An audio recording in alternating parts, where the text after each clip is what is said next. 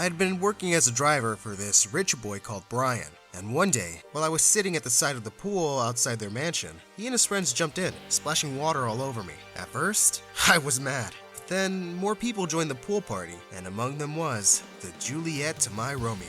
Her name was Victoria, and she was just so perfect. She turned to me and smiled before jumping into the pool, and I swear I felt my heart jump out of my chest. Suddenly, she screamed in pain, and the water around her started turning red. Hi, my name is Caleb. Before I continue with the story, please like and subscribe. If you don't, your crush will ignore you forever. So, back to the story. Victoria was screaming as everyone else around her laughed. Those jerks. I immediately dove into the pool. While I checked for injuries, I asked if she was okay, but Brian and the others were still laughing. Brian said, "It was just a prank for her TikTok, loser. Relax." I turned to Victoria and saw she was smiling with one eyebrow raised. She said, "That was attractive, but stay away from me, idiot." Feeling embarrassed, I walked away. Brian wanted to drive Victoria home, and during the ride, I stole a glance at her through the rearview mirror, only to see that she was also looking right at me and smiling. Suddenly, Brian moved closer and whispered, "Wake up, dummy. If I see you looking at her like that again, I swear." I tried to concentrate on the road instead.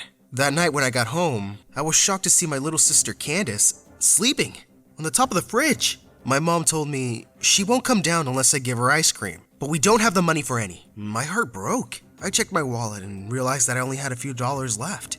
I decided I'd find an evening job soon. Mom couldn't work after her accident, so it was all up to me now, and it drove me to work harder. One night, I drove Brian and Victoria to a party, and Brian told me to wait in the car. An hour had passed when I saw her coming out of the door with a guy, and I noticed she looked uncomfortable. Suddenly, the jerk started pulling her hand and trying to kiss her. I got out of the car and ran towards them. I pulled Victoria away and shouted, "Get off her, man!" The guy yelled back, "Who the hell do you think you are?" Victoria tried to calm me down. "Caleb, don't!" But I was furious. The dimwit then shoved me to the ground, making me scrape my elbow. I got up and was about to punch him, but Rachel and the others came out and stopped me. I stormed off and got back into the car. Victoria joined me a little later and started helping me with my small scratch on my elbow. She said, "You didn't have to do that, Caleb," but I wasn't listening to her. All I could hear was the loud beating of my heart as I stared at her beautiful face up close. I looked away when our eyes met. I had to stop this dream before it was too late. For the next several months, I ignored Victoria whenever she hung out with Brian. One day, I went home to our landlord screaming at my mom. He was throwing her things outside. My mom begged him, "Please, give us 2 more weeks." He replied, "I already gave you a month." I ran to hug my mom and desperately asked for another extension.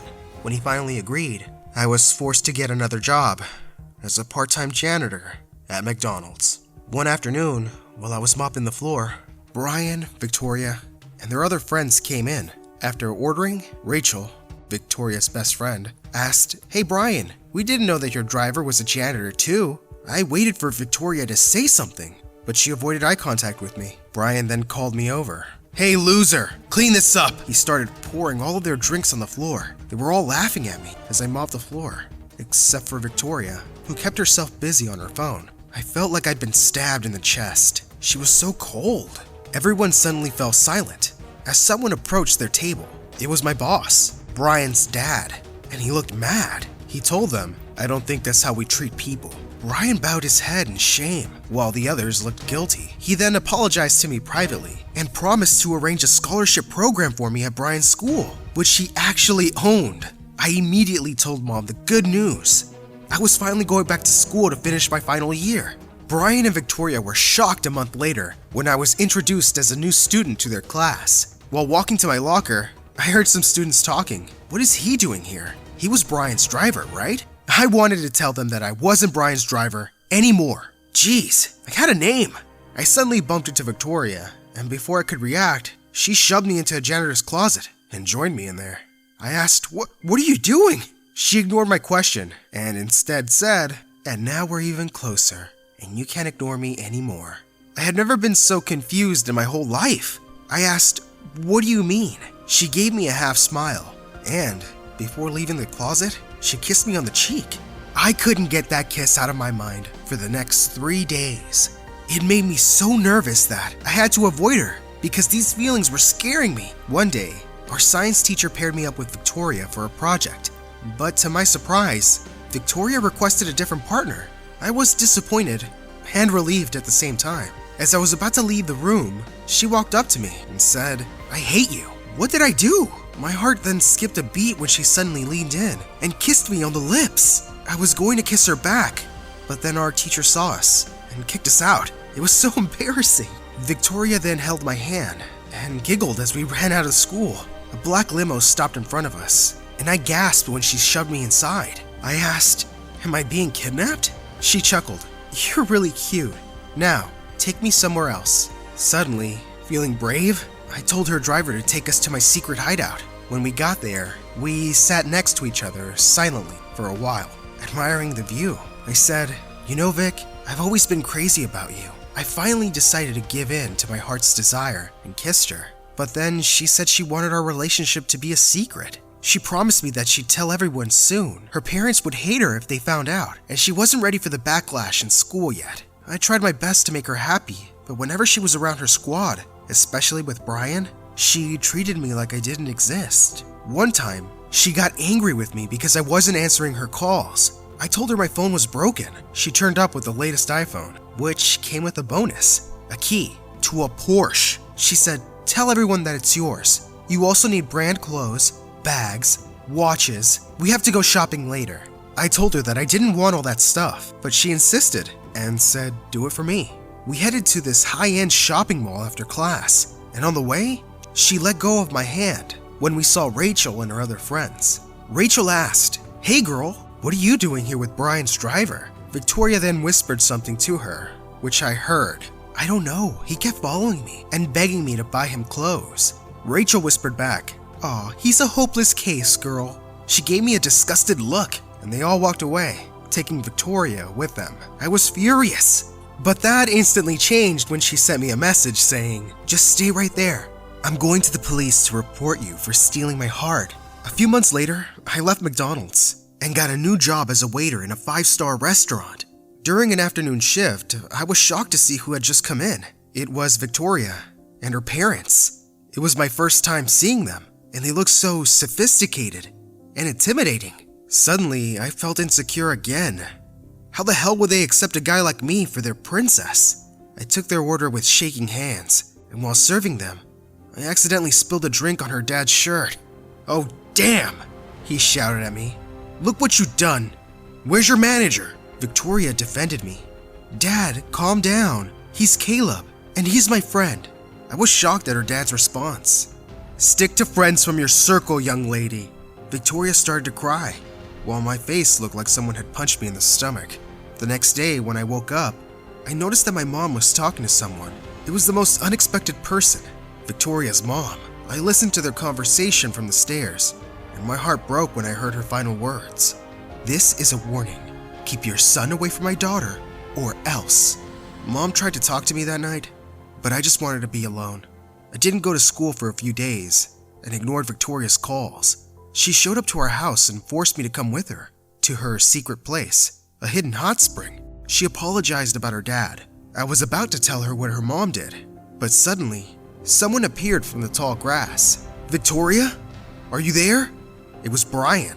I immediately lowered my head into the water. I came up for breath after a while and was shocked. Brian was trying to kiss my girlfriend. How dare he? Victoria pushed him and said, "Stop it, Brian. How did you even know I was here?" He answered, "I've been tracking your phone." What? Instead of being mad, Victoria just said, "I'm tired. I want to go home now." She left me a text saying that she still needed to prepare for a girl's party tonight. The phone pinged again. It was another message that said, "Get home safe." Later that night, I took my phone out and checked Instagram. I saw Rachel's stories. I thought it was a girl's party, but why were Brian and the other boys there? And then there were other stories that showed Victoria getting chummy with Brian. I felt so betrayed. I looked at my gift that I bought for her birthday next week. I saved up for months just to buy her it. We had a huge fight the next day because of Brian, and I told her I would not be attending her birthday. It was all a lie though. I wanted to surprise her by turning up at her birthday and telling her parents how serious I was about her. But little did I know that things were about to become a total mess. It was an exclusive, formal party in their mansion. I rented a suit, and bought an expensive bouquet of roses for her. My heart was beating out of my chest as I entered their mansion. Everyone looked so sophisticated, which made me feel totally out of place. I felt breathlessness when I finally saw Victoria. She looked so drop-dead gorgeous in her beautiful red dress. I waited in one corner when I noticed she was still busy talking to Brian and her parents' visitors. I met her mom's eyes across the room. She glared at me. She then whispered something to Victoria's dad, and moments later, her father walked up to the front. He got everyone's attention, only to announce something that made my world come crashing down. Brian and Victoria were getting engaged. What? I waited for Victoria to say something, but she just stood there with tears in her eyes while looking at Brian. Heck, she didn't even know I was there. I silently left with a broken heart. The next day, everyone was talking about the newly engaged couple. I went to the library to calm myself by reading a book.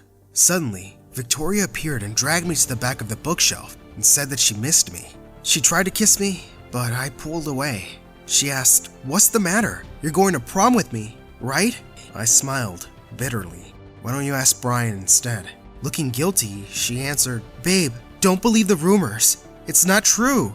The blood drained from her face when I told her that I had actually been there at her birthday party last night. She suddenly stepped away from me when some other students appeared. How could I love a person who was ashamed of me? It felt like there was a stone in my chest. I walked away and ran out of the building. I just wanted to be away from her. She called after me and asked me to stop. I said, "I can't do this anymore, Victoria. I'm sorry." She looked shocked. "What do you mean?" I answered with a cracked voice, "You deserve someone better. Someone who can give you the whole world. I can't do that. Brian can, and your parents know that." She said, "I don't care about all that. I love you, Caleb. I just need you to trust me and give me more time." It hurt to hear her cry as I walked away.